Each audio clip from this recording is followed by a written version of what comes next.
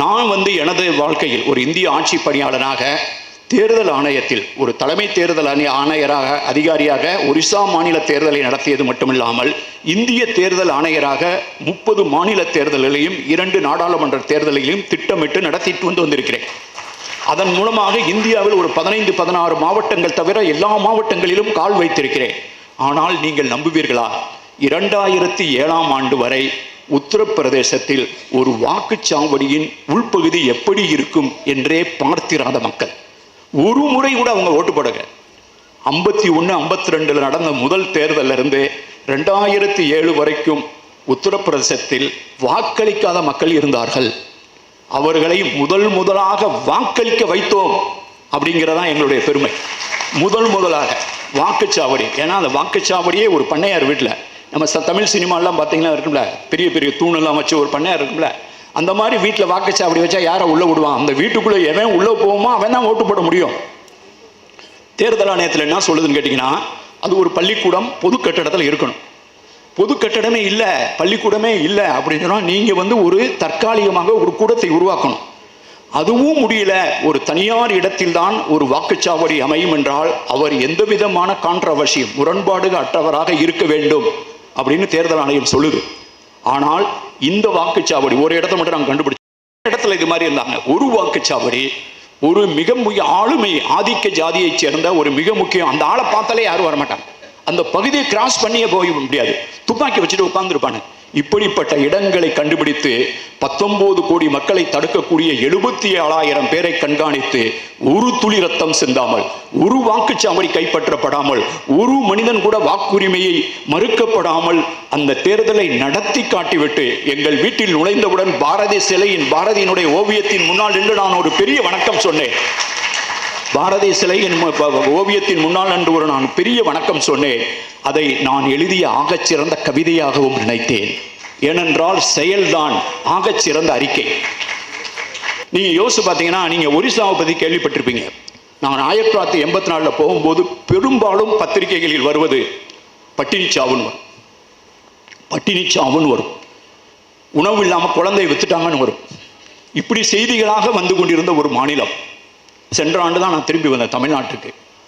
we are a revenue surplus state, வருவாய் இருக்கக்கூடியது, மற்ற மாநிலங்களுக்கு அரிசியை ஏற்றுமதி செய்கிற மாநிலமாக மாறியது. இதற்கான பின்னணியிலிருந்து PUCL என்ற ஒரு அமைப்பு ஒரு வழக்கு போட்டாங்க, ஒரு பொதுநல வழக்கு போட்டாங்க 2002-03 தொடக்கத்தில்.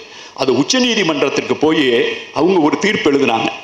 இனிமேல் இந்தியாவில் யாராவது ஒருவன் சாப்பிடுவதற்கு உணவு இல்லை என்று பட்டினியில் செத்துவிட்டால் அது தொடர்பாக வழக்கில் நேரில் ஆஜராவதற்கு அந்த மாநிலத்தினுடைய தலைமைச் செயலாளர் உச்ச நீதிமன்றத்துக்கு வர வேண்டும் அப்படின்னு ஒரு ஆர்டர் போட்டான்.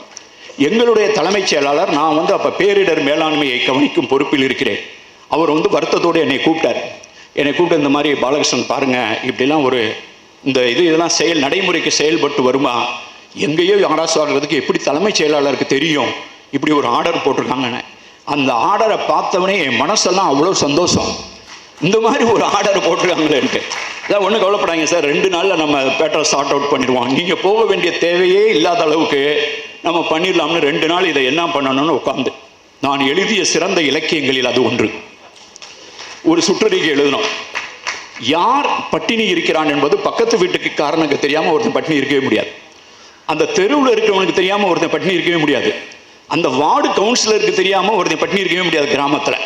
ஆக ஒரு வீட்டில் பக்கத்து வீட்டுக்காரன் உடல்நலம் இல்லாமல் இருக்கான், அவன் போக முடியாது, 100 நாள் வேலை திட்டத்துக்கு போக முடியாது, அவன் பட்டினியில் இருக்கான்னா அவனை அடையாளம் கண்டு அப்போ ஒவ்வொரு முறையும் 15 நாளைக்கு ஒரு தடவை, ஃபார்ட்நைட்லி ரிப்போர்ட்னு பேர், 15 நாளைக்கு ஒரு தடவை இந்த மாநிலம் முழுவதும் அத்தனை வார்டுகள், அத்தனை கிராமங்கள், அத்தனை பிளாக்லேருந்து எனக்கு ஒரு ரிப்போர்ட் வரும். நான் கடைசியில் கொடுக்கறது தலைமைச் செயலருக்கு ஒரே ஒரு அறிக்கை, இந்த மாநிலத்திலும் எவனும் பட்டினியாக இல்லை. எனக்கு வர்றது 30 மாவட்ட கலெக்டர்கள் அறிக்கை, அவங்களுடைய ஒரே பக்கம், இந்த மாவட்டத்தில் எவனும் பட்டினியாக இல்லை. அவருக்கு வர்றது சப் கலெக்டர், அவருக்கு வர்றது கடைசியில் என்னன்னு கேட்டிங்கன்னா, ஒவ்வொரு மாதமும் ஒரு 15 நாளும் ஒரு மீட்டிங் போட்டு எங்கள் தெருவில் யாருமே பட்டினியாக இல்லைன்னு. ஏன்னா யாராவது பட்டினியாக உணவு வசதி இல்லாமல் இருந்தால் முதல் 10 நாட்களுக்கு அவர் யாரிடமும் கேட்காமல், எந்த அதிகாரியிடம் எந்த அரசியல்வாதியிடம் கேட்காமல் முதல் 10 நாட்களுக்கான உணவுக்கான பொருளை வழங்குகிற உரிமையை வார்டு கவுன்சிலருக்கும், 15 நாளைக்கு கொடுப்பதை அதுக்கடுத்து இருக்கிறவருக்கும், 1 மாதம் கொடுப்பதை பிடிஓவுக்கும், 2 மாதம் கொடுப்பதை சப் கலெக்டருக்கும், 3 மாதம் கொடுக்கறத கலெக்டருக்கும் இப்படியே கொண்டு வந்து ஒருத்தன் 6 மாதம் சாப்பிட்றதுக்கு அது வரைக்கும் சிஸ்டம் வந்து அதில் சார்ட் அவுட் பண்ணலைன்னா அந்த சிஸ்டம் இருக்கிறதுலே அர்த்தம் கிடையாது. அவனுக்கு 100 நாள் வேலை திட்டம், இது உணவு திட்டம், இலவச உணவு திட்டம் எவ்வளவு இருக்கு. ஆக அதுக்கு பின்னால் அந்த அறிக்கை வரல. யாருமே அதை அரசியலாக்க முடியவில்லை. அதற்கு தெளிவு வந்து அந்த அறிக்கை இன்னைக்கு நீங்க படிச்சு பாருங்க. நீங்க வந்து காட்டட்டும். எவனாவது ஒருத்தன் வந்து வம்புக்குன்னு அரசியல் பண்றதுக்காக பண்ணியிருப்பான். இடையில ஒரு 10 வருஷத்துக்கு மேலே நீங்க கேள்விப்பட்டிருப்பீங்க. ஒரு ஆளுடைய மனைவி வந்து இதுல இறந்து போயிட்டான். கவர்மெண்ட் ஹாஸ்பிட்டலில் இறந்து போயிட்டான். இறந்து போனவங்கள அந்த டெட் பாடியை ஒருத்தன் நைட்டு 1 மணிக்கு யாருக்குமே தெரியாம கவர்மெண்ட் ஹாஸ்பிட்டலில் யாரும் நைட்டு எவன் முழிச்சு பார்த்துட்டு இருக்கான். இவன் தூக்கி அவன் ஒய்ஃபை வந்து இப்படியே மேலே தூக்கி போட்டிருக்கான். அந்த மனைவியினுடைய அந்த பிணத்தை வந்து அவ்வளோ அருமையாக துணியை போட்டு கட்டியிருக்காங்க, டேப்புலாம் போட்டு கட்டியிருக்காங்க. அது ஒரு நிறுவனம் சார்ந்து யாராவது இயங்கி அப்படி கட்டினா தான் கட்ட முடியும். அவன் தூக்கிட்டே போகிறான். ஒரு வனத்துறைக்காரன் வந்து என்னையா டெட் பாடியை தூக்கிட்டு போகிற, நான் ஆம்புலன்ஸு சொல்கிறேன் அப்படின்னு சொல்லி ஆம்புலன்ஸை கூப்பிடுங்கிறாரு. அதையும் மீறி அவன் நடக்கிறான். நடந்தவுடனே அவன் வந்து ஒருத்தன் கேமராவில் அவன்கிட்ட போய்கிட்டே இருக்கான். இது சமூக ஊடகங்கள்லாம் வருது. டெல்லியில் ஒருத்தன் கவியரங்க நடத்துகிறான். இவன் தாண்டா ஷாஜகான். என்னடா பெரிய தாஜ்மஹால் கட்டிவிட்டான், பொண்டாட்டியை தூக்கிட்டு நடந்தான் போறான், இவன் தாண்டா ஷாஜகான் ஒருத்தன் கவிதை எழுதுறான். வளைகுடா நாடுல இருந்து ஒரு அமீர் வந்து கேட்டு பார்த்துட்டு இவன் தாண்டா ஷாஜகான் சொல்லிட்டு அவனுக்கு ஒரு 10 லட்சம் ரூபாய் பணத்தை அனுப்புறாரு. நாங்க வந்து என்னடா பதறி அடிச்சு ஏன்டா பணத்தை தூக்கிட்டு போனான்னு பார்த்தா அவன் அந்த 10 லட்சத்தை வாங்கி 6 மாசத்துல 2 கல்யாணம் பண்ணிட்டான். ஆக இந்த மாதிரி அரசியலாக்கப்படுவதை எல்லாம் நாங்கள் வந்து செயல் மூலமாக செய்ய வேண்டும் என்ற ஒரு நோக்கம் இருந்த போது நான் என்ன சொல்ல விரும்புகிறேன்னா, ஒவ்வொருவரும் அவருடைய தளத்தில் படைப்பாளிகள் அவருடைய தளத்தில் இறங்குகிறார்கள். ஆக வந்து நான் ஏற்கனவே சொன்னேன், அவர் சொன்னார் வள்ளுவர் அப்படிங்கிற கான்செப்ட், பெரியாருங்கிற கான்செப்ட். நீங்கள் ஒரு கருத்தியலை முழுவதுமாக ஒப்புக்கொள்ள வேண்டிய தேவை இல்லை. இப்போ என்னையெல்லாம் எங்கள் அம்மா வந்து நான் சின்ன பிள்ளை வளரும் போதெல்லாம் அவங்களாம் நேர்த்திக்கடன் வச்சு விட்ருவாங்க. நேர்த்திக்கடன் வச்சுருவாங்க. நான் தீயில இறங்கினா அவங்க கும்பிட்டுருவாங்க. அப்புறம் அவங்களுக்கு ரொம்ப அவங்க சொன்னாலும் ஒத்துக்கிற மாட்டாங்க, அவங்களுக்கு மனசு கஷ்டமாக போயிடும்னு நான் இறங்குவேன். நான் பாஸ் ஆகிட்டேன்னா மொட்டை அடிச்சிடறேன்னு அவங்க கும்பிட்டுவாங்க. அதனால ஒன்றும் பிரச்சனை கிடையாது. பிரச்சனை என்னன்னு கேட்டீங்கன்னா, நீங்கள் யார் சார்ந்து இயங்குகிறீர்கள். அடிப்படையில் நான் நினைக்கிறது வந்து விளிம்பு நிலை மக்களுக்காக பேசிய இலக்கியம் எது, விளிம்பு நிலை மக்களுக்காக யார் பேசுகிறார்கள், குரலற்றவர்களுக்கான குரலை யார் ஒலிக்கிறார்கள். எல்லா பெரிய தத்துவங்களை விட எல்லா பெரிய கருத்தியல் விளையிட முக்கியமானது what is done on ground என்பதை முக்கியத்துவம் கொடுக்கிறவன் நான். ஆக வந்து அதனால தான் வந்து நிறைய பேர் எழுதுவாங்க. இன்னைக்கு வந்து திருவள்ளுவருக்கு வந்து திருவள்ளுவருடைய சிலையை சிலர் தமிழ்நாட்டிலிருந்து எடுத்து ஹரித்துவாரில் வைத்து அங்கிருப்பவர்கள் ஆட்சேபனை தெரிவித்து ஒரு இடத்திலிருந்து இன்னொரு இடத்துக்கு தூக்கி இன்னொரு இடத்திலிருந்து இன்னொரு இடத்தை தூக்கி கடைசியில் மூட்டை கட்டி வச்சப்ப நாங்கள் சென்னையில் வந்து நாட்டுக்குறள் என்ற பெயரில் ஒரு கருத்தியலை நடத்தி ஒரு பெரிய ஒளிப்பேழையை கொண்டு வந்தோம். அதில் வர்ற ஒரு பாட்டை இன்னைக்கு தமிழ்நாடு ஃபுல்லாக நிறைய பேர் கம்மா கரையிலன்னு ஒரு பாட்டு இருக்கும். அது ஒரு இயல்பாக நான் எழுதிய நாட்டுப்புறல் பாடல். அதில் நான் ஒன்று எழுதியிருந்தேன். என்ன எழுதினேன்னு கேட்டிங்கன்னா, கெண்டை வறுத்து வச்சு, அதில் வந்து சங்கையில திருக்குறளுக்கு ஒருத்தி பாடுறா, கெண்டை வறுத்து வச்சு செனக்கெழுத்தி மீன் குழம்பு வச்சு முள்ளெடுத்து யாரு தருவா உனக்கு முள்ளெடுக்க தெரியாதே அப்படின்னா. எனக்கு முள்ளெடுக்க தெரியாதே அப்படிங்கிறது வந்து எங்கள் வீட்டில் நடக்கிற டைலாக்கு. எனக்கு முள்ளெடுக்க தெரியாது. முள்ளெடுக்க தெரியாதுன்ட்டு ஊருக்கு போகிறப்ப கூட மீன்கள் எடுக்கலான்னு கேட்டால் நான் முள்ளெடுக்கிறதுக்கு பயந்துட்டே மீன் சமைக்க சொல்ல. அப்போ இந்த கவிதையில் வரும்போது என்கிட்ட ஒருத்தர் கேட்டார், திருவள்ளுவர் வந்து புலால் உண்மையை சொல்லியிருக்காரு, நீங்கள் வந்து கெண்டை மெருத்து வச்சு செனக்கெழுத்தி குழம்பு வச்சு முள்ளெடுத்து யார் தருவா உனக்கு முள்ளெடுக்க தெரியாதேன்னு ஒரு பாட்டு எழுதியிருக்கீங்களேன்னாரு. ஆமாம் அப்படின்னு. திருவள்ளுவர் எழுதுனா அந்த புலால் உண்மையை நான் ஃபாலோ பண்ணல. மீதி இருக்கிற 1330 நான் ஒரு 1000 ஃபாலோ பண்ணாலே போதும். நீங்க வந்து இந்த எக்ஸலன்ஸ், தூய்மைவாதம், இது எல்லாமே வந்து நம்மை பின்னோக்கி இழுத்து செல்கிற ஒரு வகையான சூழலில் நாம் வாழ்ந்து கொண்டிருக்கிறோம். இந்த சூழலில் தான் தமிழ்நாடு முற்போக்கு எழுத்தாளர் சங்கம் இந்த பண்பாட்டு களத்தில் செயல்படுகிறது என்பதை என்னை மிகவும் மகிழ்ச்சியடைய வைக்கிறது. கீழடியில் இன்னைக்கு நடக்கக்கூடிய கீழடியில் நடப்பதை, கீழடியில் வந்து 2016 அவர் போனார். நாங்கள் 2010 கோவை மாநாட்டில், செம்மொழி மாநாட்டில் இந்த சிந்துவெளி தொடர்புகளை பற்றி மிக விரிவாக எழுதி பேசியிருக்கிறோம். அந்த சூழ்நிலையில் வந்து இந்த சிந்துவெளி பண்பாட்டு, அதிலையும் தோழர் தமிழ்ச்செல்வன் அவர்கள் இந்த பண்பாட்டு அரசியல் என்று நான் தொடர்ந்து முன்னெடுத்து வருகிற பேச்சுக்களை எல்லாம், எழுத்துக்களை எல்லாம் ஒரு புத்தகமாக மாற்றியிருக்கிறார். இதை விட எனக்கு ஒரு பெரிய வெகுமதியோ ஒரு பெரிய விருதோ எனக்கு ஒன்று கிடைச்சிட முடியாது.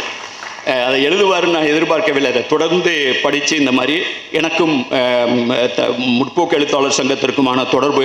இப்போ வந்து இன்றைக்கி இந்த ரேப் இசை பாடிய அந்த தோழர்களை நான் கேட்டுக்கொள்ள விரும்பும்போது, நான் வந்து இந்த மாதிரியான ஹை லெவல் இந்த சிந்துவெளி அது இதுன்னு பேசினா கூட இந்த சிந்துவெளி கீழடியை பற்றி ஒரு ராப் பாடல் எழுதப்பட வேண்டும்.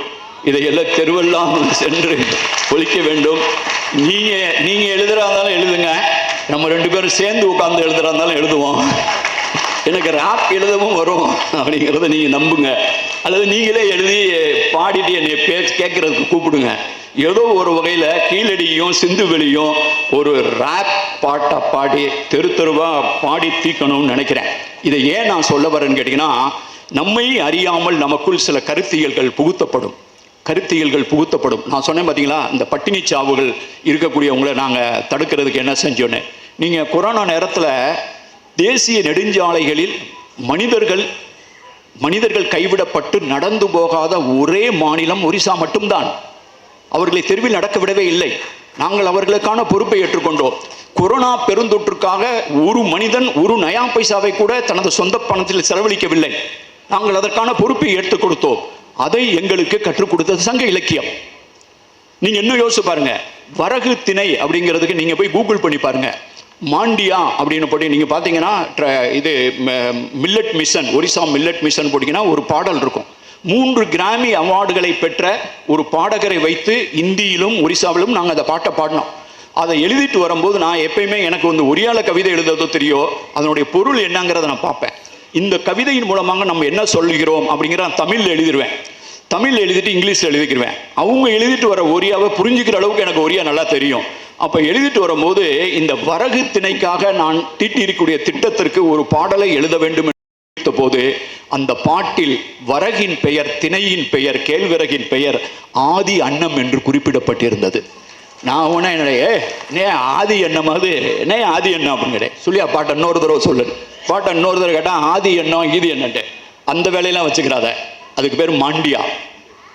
மாண்டியான்னா அந்த பகுதியில் வந்து கிராமத்தில் வந்து மாண்டியான்னா கேழ்வரகு, மாண்டியா தான் அந்த பல்லவி, மாண்டியா தான் அந்த பாட்டில் திருப்பி வரும். அப்படின்னா அந்த பாட்டை நீங்கள் மாற்றணும்.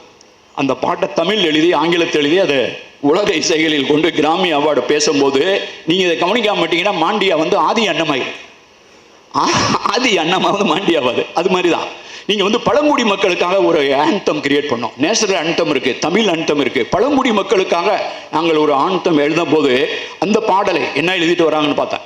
ஆனால் தமிழில் எழுதி ஆங்கிலத்தில் மொழிபெயர்த்து இந்த காற்று எங்களுடையது, இந்த மலை எங்களுடையது, இந்த நதி எங்களுடையது, நாங்கள் இந்த மண்ணின் பிரஜைகள், எங்களுக்கு எவனும் ராஜா இல்லை என்று எழுதுகிற அந்த பல்லவியை தமிழில் எழுதி ஆங்கிலத்தில் எழுதி ஒரியாவில் வரவைத்து கேட்கும் போதுதான் மொழிகளுக்கு அப்பாற்பட்டால். நான் வந்து ஒரிசாவில் இருந்து கிளம்பி வரும்போது journey of civilisation Indus to Vaigai என்று ஆங்கிலத்தில் எப்படி ஒரு நூலை படைத்து அழித்து விட்டு வந்திருக்கிறோமோ அதை போலவே இந்த ஒரிசா மாநிலத்திற்கு ஜேர்னி ஆஃப் அ லாங்குவேஜ் என்ற பெயரில் கற்பனை கூட செய்து முடியாத ஒரு ஆகச்சிறந்த புத்தகத்தை உருவாக்கி அழித்து விட்டு வந்திருக்கிறோம். ஏனென்றால் துயரப்படுபவர்கள், துன்பப்படுபவர்கள் பூமியின் எந்த பகுதியில் வாழ்ந்தாலும் அவர்கள் சார்பாக நின்று பேச வேண்டிய தேவை இருக்கிறது. இதில் மொழி, இனம், ஜாதி என்று எது குறுக்கில் வந்தாலும் அதை உடைத்து நொறுக்கிவிட்டு விளிம்பு நிலை மக்களின் சார்பாக நின்று பேச வேண்டிய, குரலற்றவர்களின் குரலாக ஒலிக்க வேண்டிய பண்பாட்டு கடமை நமக்கு இருக்கிறது. இதை போன்ற முன்னெடுப்புகளை முற்போக்கு எழுத்தாளர் சங்கம், கலைஞர்கள் சங்கம் போன்ற அமைப்புகள் செய்கிறார்கள் என்பதுதான் இந்த நிகழ்ச்சிகளில் மிகவும் மகிழ்ச்சியோடு. என்னெல்லாம் வரவேற்பு குழு தலைவர்னு சொல்லும்போது என்ன தோழர் வரவேற்பு குழு தலைவர் அப்படிங்கிறேன்னு சொன்னேன். இல்லை தோழர், நீங்கள் வரவேற்பு குழு தலைவராக இருக்கு. வரவேற்பு குழு தலைவராக இருந்ததுனால அவங்களுக்கு எதுவும் பயன் இருந்ததோ இல்லையோ, வரவேற்பு குழு தலைவர்னு சொல்லவும் நான் இந்த மாதிரி அமைப்புகளில் மட்டும்தான் நான் மிக மகிழ்ச்சியோடு நான் ஒப்புக்கொள்வேன். அந்த வகையில் தமிழ்நாடு முற்போக்கு எழுத்தாளர் சங்கத்தின் தொடர்பில் நான் படிக்கும் காலத்தில் இருந்து இன்று வரை தொடர்ந்து தொடர்பில் இருப்பதும், அந்த தமுக்க மைதானத்தின் பகுதியில் பிறந்து வளர்ந்து படித்து இன்னைக்கு கூடிய இந்த பொன்விழா நிறைவு விழாவில் கலந்து கொள்வதிலும், அதுவும் மிகச்சிறந்த தலைவர்கள் அனைவர்களும் தோழர்கள் அமர்ந்திருக்கிற இந்த அமைப்பில் நான் பேசியதில் மிகவும் மகிழ்ச்சி அடைகிறேன். தொடர்ந்து நாம் பயணிப்போம். நாம் செல்ல வேண்டிய இது இந்த சூழல் நாம் உரையாட வேண்டிய களங்கள் மிக நிறையாக இருக்கின்றன. அதில் அவரவர்கள் செய்கிற களத்தில் இருந்து பணியாற்ற வேண்டிய தேவை இருக்குது. எல்லாரும் ஒரே மாதிரி தான் பணியாற்ற வேண்டியதில்லை. ஆனால் என்னுடைய இன்னொரு முறை வேண்டுகோள் வந்து சிந்துவெளி கீழடி ரேப் ஒரு தேதியை குறித்து சொல்லிட்டீங்கன்னா என்ன தொடர் ஒன்று நீங்கள் எழுதுங்க, இல்லை நான் எழுதுறேன், இல்லைன்னா நம்ம 2 பேர் சேர்ந்து எழுதுவோம் என்ற வேண்டுகோளோடு விடைபெறுகிறேன். வணக்கம்.